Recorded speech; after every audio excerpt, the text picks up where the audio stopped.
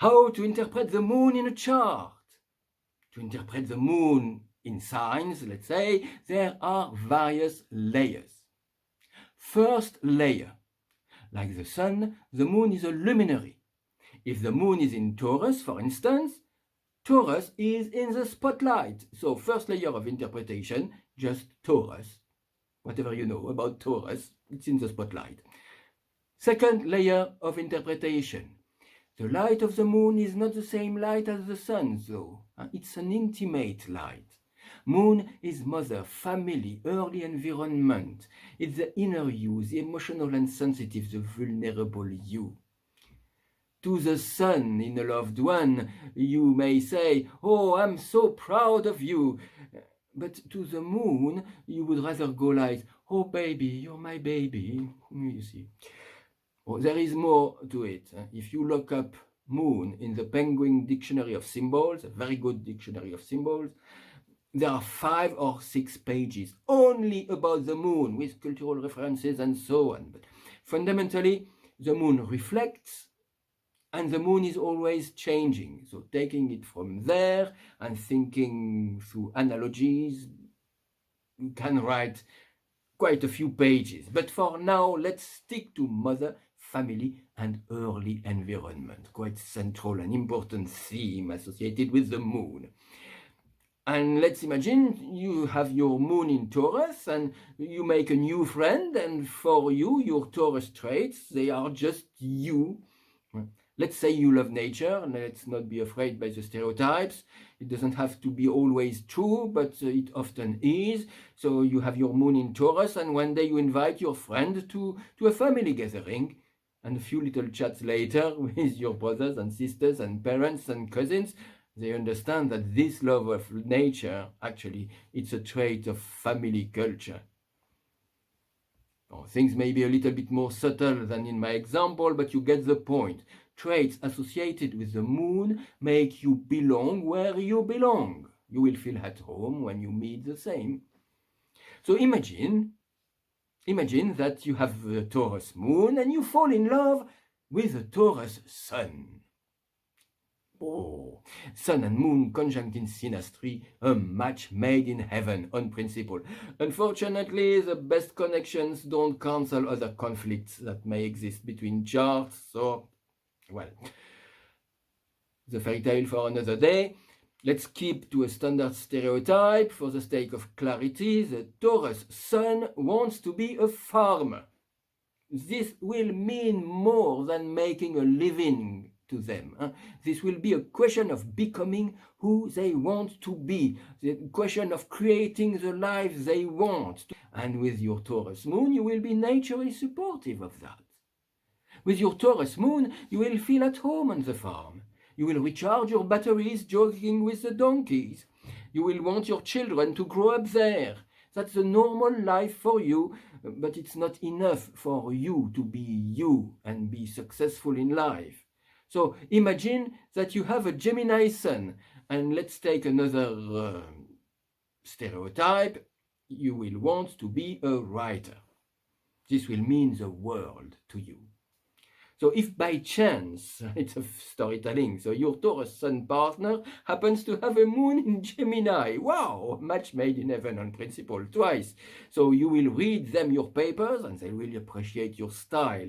They will love reading and writing your words, and they love reading and writing in general with this Gemini moon, but that's just like breathing to them. You know, their success at life is not at stake. A third level of interpretation is that the moon rules over Cancer, and through Cancer over a house, and maybe two, and possibly over planets placed in Cancer. Whatever happens with the moon happens indirectly, but surely, to these houses and planets placed in Cancer. In my own chart, I am the example now, the moon rules over my Cancer Ascendant. It is in Libra and in the 4th house. So it may be more fundamental to the interpretation to consider the houses first. So in my case, ruler of the first house in the fourth house. And yes, I am a rat. I love my basement. Bon, my Cancer personality style now must be combined with Libra. So juggling with keywords is always useful. Emotional balance is needed. Emotional Cancer, balance Libra, needed Cancer. Sensitivity in search of artistic harmony. Sensitivity Cancer, artistic harmony Libra. Social needs. Feeling two sides. I am a good listener. It's an airy way to care. Well, I'm not saying everything. I just show you how to elaborate, mix Cancer and Libra. Beyond keywords, I recommend to feel the world of Cancer. Then feel the world of Libra and let the vibes interact in your inner space. Thinking in pictures can be a funny game. Two crabs on a seesaw, when one is up, the other is down. It could be a nursery rhyme, and it is a way to invite inspiration. Two crabs on a seesaw, one wants to eat you, the other is scared by you. Which one will you pick up? Which one will you throw away? Let imagination take you somewhere. A fourth level of interpretation, but it could have been the third, is to follow the ruler of the sign in which the moon is placed. Take another example. Let's say you have the moon in Sagittarius. And so with the moon in Sagittarius, you may carry your home like a rucksack on your back, or drive a camper van, or settle abroad. Wherever you live is a camp base, and or a library. Maybe it's near a temple, not far from the city hall. It's rather open compared to a Cancer cocoon. It's a place you shoot arrows of consciousness from. With the moon in Sagittarius, Jupiter says more about your moon. Let's say it's in Leo. No doubt it's a fiery moon in Sagittarius with Jupiter in Leo. Expect there a combination of adventure and creativity, of exploration, and let me show you.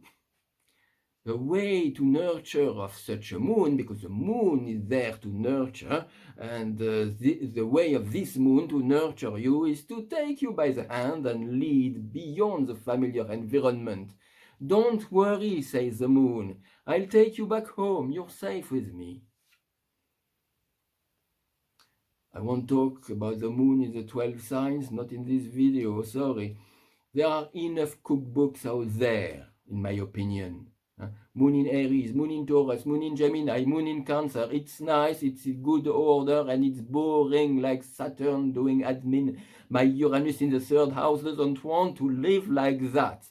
You know, if I wanted to be systematic, to be honest, we would have to write about Moon in Aries means Mars in Aries, then Moon in Aries means Mars in Taurus, followed by Moon in Aries means Mars in Gemini, and all the possible combination. And we would have to do the same with the Sun, then going through all the possible combinations with rising signs, you know, and I am not going to go cookbook like that. It's too crazy. There are too many possible combinations. So beyond the most elementary ones, we are all alone in the jungle.